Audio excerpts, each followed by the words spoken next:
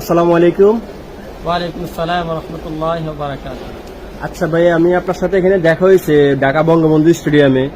তো যেটুকু শুনতে পারলাম আপনি পায়ে হেঁটে আপনি হজে যাচ্ছেন, নিয়ত করেছেন, চেষ্টা করতেছেন এখন যাওয়ার জন্য। অলরেডি আপনি বাড়ি থেকে রওনা দিয়ে ঢাকা পর্যন্ত পৌঁছে গেছেন। তো আপনার উদ্দেশ্যটা কি? আপনার পায়ে হেঁটে যাওয়ার, হজে যাওয়ার উদ্দেশ্যটা কি? আর আপনার পরিচয়টা বলবেন?